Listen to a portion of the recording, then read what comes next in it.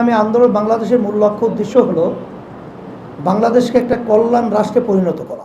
সেখানে আমরা বারবার বলেছি ইসলামী দলগুলো আমরা একত্রিত হয়ে নির্বাচনের সময় একটা বাক্স যেন পাঠাতে পারি, এই আন্তরিকতা এবং সেইভাবেই আমরা কার্যক্রম পরিচালনা করে আসছি, সামনেও করব, এই সিদ্ধান্ত আমাদের রয়েছে। আজকে আমাদের ইসলামী দলের সাথে দুই একটা উল্লেখযোগ্য তাদের সাথে আমাদের মতবিনিময় আছে এই লক্ষ্যেই। আর আপনি যে বলেছেন বিএনপি এবং উল্লেখযোগ্য জামাত, তাদের সাথে আমরা এক কথায় বলবো যে যাদের চিন্তা চেতনা দেশের কল্যাণের জন্য হবে তাদের সাথেই আমাদের সম্পৃক্ততা এবং তাদের সাথে দেশ সুন্দর করার ব্যাপারে একাত্মতা থাকবে।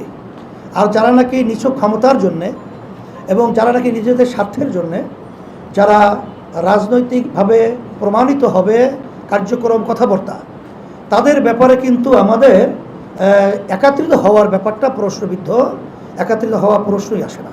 হ্যাঁ, সেটা তো বলেছি যে আমাদের সমমনা দলগুলোর সাথে আমাদের একত্রিত হওয়ার মতো একটা পরিবেশ আলহামদুলিল্লাহ অনেকটা এগিয়ে গেছে।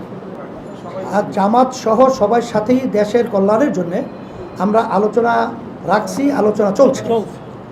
সেখানে আমি এক কথাই বলছি, যেখানে দেশের কল্যাণ, ইসলামের কল্যাণ, মানবতার কল্যাণ নিশ্চিত থাকবে, সেখানেই তাদের সাথে আমাদের জোট এবং ঐক্যতা এবং ওই পরিবেশ তৈরি হবে।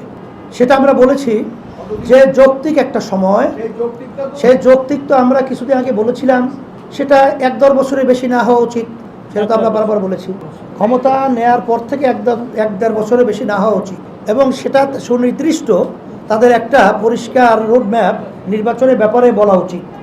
কারণ এ ব্যাপারে সাধারণ মানুষ এবং রাজনৈতিক দলগুলো অনেকটাই কিন্তু চিন্তাযুক্ত যে আসলে তাদের চিন্তাটা কি, তারা কি চায়, এ ব্যাপারটা পরিষ্কার করা উচিত। আজকে আমরা আপনাদের কাছে লিখিত বক্তব্যের মাধ্যমে সেটা আমরা তুলে ধরেছি।